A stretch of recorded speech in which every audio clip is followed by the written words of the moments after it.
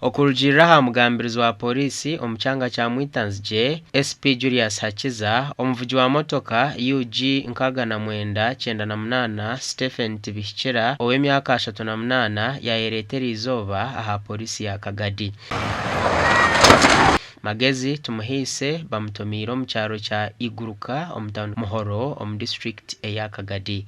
Twarayayereta poorisi na saba tumusasire bibireho cyongo of course omuntu ayisira omuntu tuko bakumusasira so tumutira mu cyome tumwine anaza ku bane tumubuza ekiresiro buzibo kurango navuga speed mu bantu bakamariza yisira omuntu. Hakiza najangu bamutaho mushango gw'obwisi obo bari kurinda okuhaburwa okuruga omuhabuzi w'omuhababi wa government.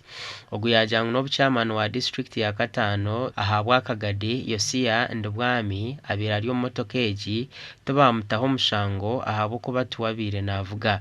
Kanodira ngo abere navuga nawe tukamucagingira appropriate tukamutira mushango then tumutwara mu kutongegesha abire navuga n'umuntu ari license abe nakore cyari kumanya icyo tuteka ngo abe nakore cyari kumanya.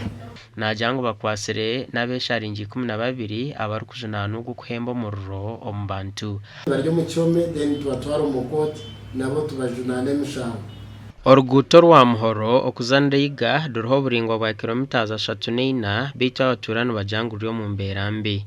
Video nurango buryo muwe nawe nagira batakwenda kudireba bugura uburyo mutinde video ye tokagire so simo umuntu akozire video yo kuba tuyambire kurango yatugazare yatuyamba ku investigating abo kushondoza kwita iyo nemwe video yo nemwe mo evidence kutwereka ngo motoka ye nyine tomire. Gasha kwa Ambrose Nwagaba Katoto.